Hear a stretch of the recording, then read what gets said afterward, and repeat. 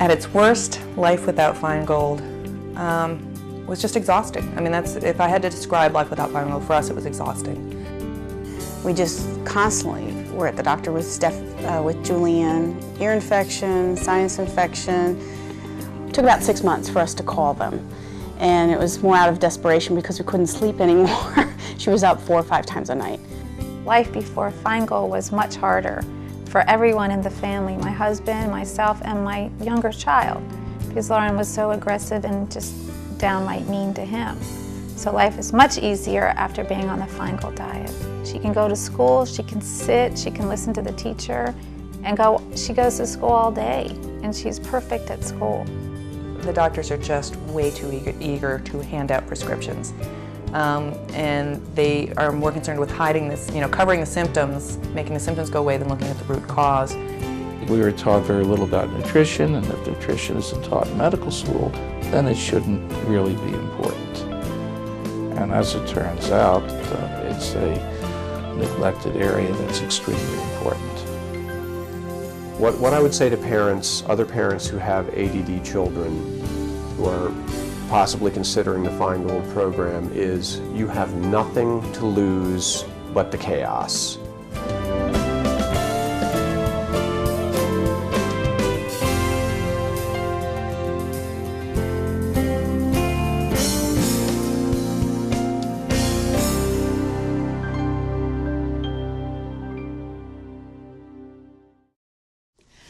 Like so many health problems today, ADD has reached epidemic proportions. As a matter of fact, at least 3 to 5% of grade school children are afflicted with this major problem. And the percentage could even be much higher, as high as 17% if you define ADD in a broader sense. The first question we would ask is, why the problem? And the answer is really the same answer that I would give for many other increasing health problems like diabetes and heart disease and so on. And you may be tired of hearing this, but you really need to know that it is a fact that it's the air we breathe, the water we drink, and the food we eat. In the case of children with ADD, it goes even a little further because of the junk foods they eat, the processed foods. You know, of course, that the soil is depleted of nutrients, that any time a food is processed, each processing step destroys nutrients, and so on. And maybe the next question we would ask would be, what do we do about this? Well, in traditional medicine, the doctor will advise counseling, and the doctor will advise drugs. You know that there's no such thing as a drug without a side effect, and unfortunately the drugs that sedate and attempt to eliminate this problem really are suppressing some symptoms and have very serious side effects. But there is another way. Fortunately, the alternative physician and those who understand what nutrients can do to help us change our lives and get rid of this kind of disruptive problem in particular, really do work.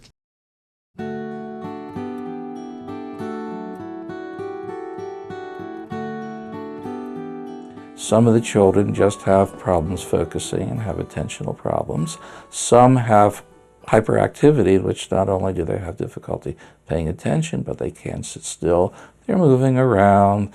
They can't stay in their seat for a prolonged period of time. Essentially, I look at the ADD-ADHD as a wastebasket term because there are many different etiologies, many different causes. Unfortunately, the focus now of physicians is to treat them with a medication, a drug. And indeed, these medicines do work in certain individuals. It doesn't cure the problem. And indeed, some of the kids will actually be worse with some of the medications. About 5 years in practice, I discovered a little girl who was hyperactive and made an interesting observation that she required about 300 to 400 milligrams of vitamin B6 a day to control her hyperactivity. And I then started working with other vitamins and found that some children who had hyperactivity responded to high doses of certain B-complex vitamins. I heard of the Feingold diet, and I said, Feingold's wrong. So I set out to disprove his hypothesis that artificial colors and flavors were causing hyperactivity, because I knew it was vitamins. So I did a study with a group of my hyperactive children, many of whom had not responded to anything that anybody had done, and put the children on his dietary restrictions, on a special diet, and found to my amazement a third of the kids very dramatically improved. Many of these had not improved with anything else. So I knew that he was dead right. I was really shocked when I learned about these additives and how they were affecting my daughter and my husband.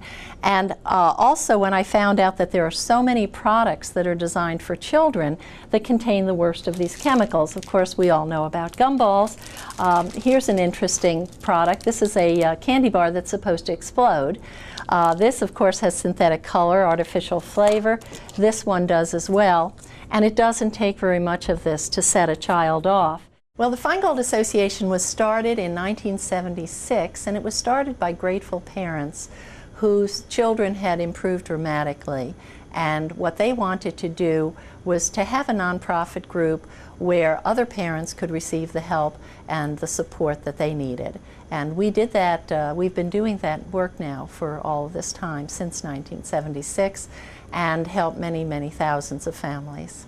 Dr. Feingold was the chief of allergy at the Kaiser Permanente Medical Center in San Francisco, and he was a very eminent doctor. He was not only an allergist but a pediatrician as well, and he taught allergy and taught pediatrics. Now, what Dr. Feingold found, to his surprise, was that a lot of behavior problems can be attributed to certain synthetic food additives. And these are additives that have been around for a long time. However, they're being used more and more widely in foods. And foods today, as you can see from the display, are just loaded with these chemicals. We found that the worst offenders as far as food additives are concerned are 3 synthetic additives: artificial colors, artificial flavors, and in with the artificial flavors we also would include most of the synthetic sweeteners. And then those 3 initials that you see down there, those are abbreviations for synthetic preservatives that are routinely added to foods. Many of these additives are derived from petroleum, from crude oil. Most people don't realize that, but they're very, very powerful, and it only takes a little bit to set off a sensitive person. There's been a dramatic change in the foods in the American supermarket, which incidentally, America is the country with the dramatic increase in ADD and hyperactivity. And if you look at how the foods have changed over the past few years, these are things that your parents never would have seen in the supermarket. Some of these artificially colored things may have been available when your parents were young, but they were consumed very infrequently, and they didn't create the problems that we're seeing today. So you will see not only candies being bright colors, but drinks and yogurt and ketchup and margarine. It's getting to the point where a young child today is ingesting a huge amount of petroleum-based dyes. Here's a good example. This is a bubble gum flavored soda.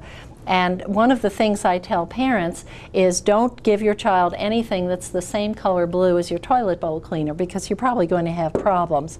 This is artificially flavored cotton candy soda here. Now, if your child is accustomed to having candies and you want to have pretty colors, you don't even have to give those up. All of these examples here are natural products. The candies are colored with natural ingredients. These cookies that look like the famous ones are actually, I think, taste a whole lot better, but they're all natural as well. And not only that, they're less expensive. This is a food list book that comes from the Feingold Association, and the association, a nonprofit group, shows parents how to switch from the things with these chemicals to the same things without. So I frankly don't feel it's any hardship to get to eat delicious things like this, and I really don't mind giving up eating petroleum. If your child is driving you to distraction, you can't control the child, the behavior techniques aren't working, an easy thing for you to do that doesn't cost you anything is to try the elimination diet, getting rid of all the artificial colors, flavors, preservatives, additives, getting rid of certain specific foods which may cause hyperactivity, and seeing how they respond. this you can do yourself. Your doctor may not approve of it. He may have not heard of all the research in the area. And again, the professors are not really talking about this. The pharmaceutical companies are not talking about it. And this may be the first time that you've heard of this.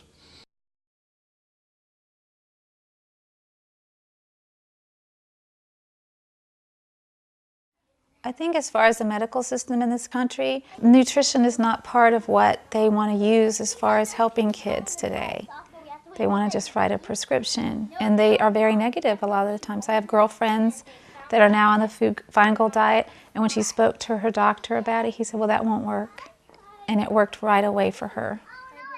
After we started the Feingold diet, things calmed down quite a bit. My kids are still, very active kids. I was not interested in having an automaton, the perfect child. I did not want to quash that spark of excitement in life that makes my kids who they are, which is, one of the reasons that we went with Feingold. We wanted to take the edge off things. We wanted to bring their range back into their activity level back into the normal range. And that's what it did for us. Aren't you encouraged now that you too can make changes, that it is possible, that it does happen? Please get in touch with the Feingold Association and/or look at all the resources that are available. Seek an alternative physician. Talk to other parents who have had the success. It can be done. And just remember that what you put in your mouth every day of your life affects the length and quality of your entire life. And that applies to your children. The best lesson you can all learn as a family.